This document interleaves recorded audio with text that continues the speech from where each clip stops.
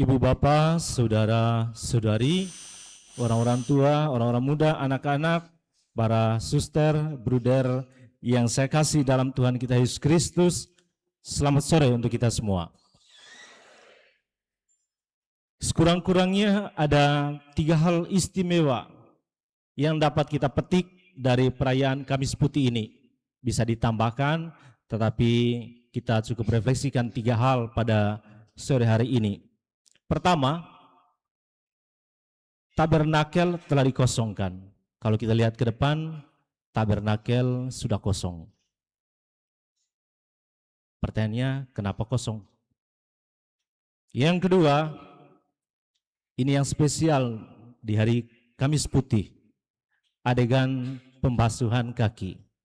Jadi bapak-bapak di depan ini sudah dengan mantap menjadi rasul pada sore hari ini, dan kita mengulangi kembali apa yang telah dilakukan oleh Yesus kepada para rasul sehingga pengalaman itu benar-benar hadir sekarang dan di sini. Yang ketiga, terdengar bunyi kayu sebagai pengganti lonceng logam. Tabernakel yang telah dikosongkan sebelum misa Kamis Putih memberikan pesan yang sangat penting, bahwa sebelum perayaan malam perjamuan terakhir Yesus bersama para rasul, Ekaristi belum ada. Itu berarti Ekaristi pertama kali lahir pada saat malam Kamis Putih.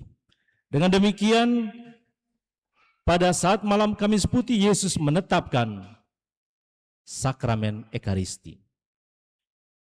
Selain sakramen Ekaristi, pada malam perjamuan terakhir Yesus juga menetapkan sakramen imamat, di mana melalui sabda, lakukanlah ini sebagai kenangan akan daku.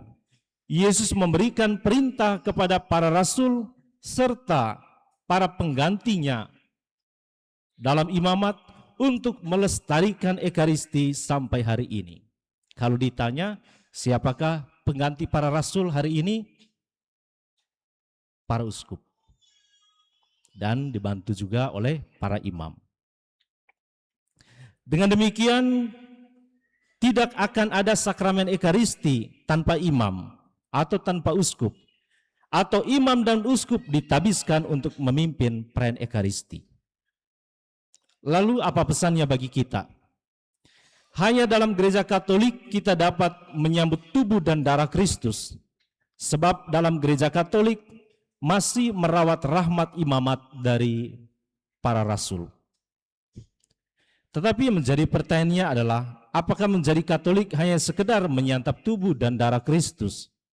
Yesus meminta Anda dan saya menjadi roti hidup, menjadi pribadi yang siap dibagi dalam semangat pelayanan. Dan itulah yang telah dicontohkan oleh Yesus ketika membasuh kaki para murid. Yesus berkata, jika aku, Tuhan dan gurumu, membasuh kakimu, maka kamu pun wajib saling membasuh kaki. Membasuh kaki merupakan tindakan pelayanan yang hanya dapat memperoleh makna sejati kalau status apapun yang kita miliki tidak menjadi penghalang bagi kita untuk melayani sesama. Seperti Kristus memiliki status yang sangat luar biasa sebagai Allah yang maha tinggi, tetap merendah untuk melayani agar kedaulatan hukum kasih menjadi nyata di bumi manusia ini. Lebih jauh dari itu, tindakan Yesus yang membasuh kaki para murid sebenarnya tidak hanya berhenti di sini, tetapi esok dalam ibadat Jumat Agung, Yesus akan membasuh semua dosa umat manusia. Dosa Anda dan saya tidak lagi dengan air seperti pada malam Kamis Putih, tetapi besok dia akan membersihkan dosa umat manusia dengan darahnya yang tercurah dari kayu salib. Darah Yesus yang tercurah di kayu salib mengingatkan kita akan darah anak domba jantan dalam kitab Keluaran yang kita dengar dari bacaan pertama tadi, yang dioles pada 2 tiang pintu. Rumah yang telah diolesi oleh darah anak domba jantan akan selamat dari hukuman Allah. Umat sekalian yang terkasih, Dalam perayaan Kamis Putih ini, setelah lagu kemuliaan, lonceng logam tidak kita akan dengar lagi. Kita akan mendengar krotalus atau keprak atau manggarainya pepak. Pepak yang terbuat dari kayu. Bunyi kayu ini sebenarnya mengingatkan kita akan tiang kayu salib, tempat Yesus menyelamatkan kita dengan tubuh dan darahnya agar Anda dan saya hidup. Dan itulah yang kita renungkan esok dalam ibadat Jumat Agung. Apa pesannya bagi kita? Kasih yang terucap melalui kata hanya baru bersifat sejati kalau ditunjukkan dalam tindakan baik.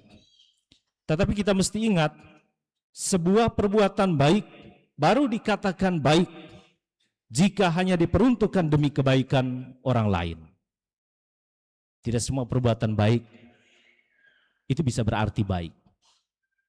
Sekali lagi, sebuah perbuatan baik baru dikatakan baik jika hanya diperuntukkan demi kebaikan orang lain. Perbuatan baik dengan maksud terselubung bukanlah kebaikan dalam arti yang paling dalam. Contoh sederhana, berbuat baik supaya dipilih.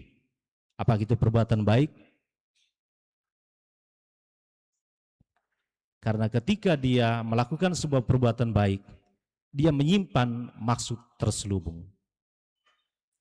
Mari kita merenungkan aneka perbuatan baik yang pernah kita lakukan selama ini di hadapan Dia yang demi kebaikan kita rela membasuh kaki dan wafat. Tuhan memberkati kita semua.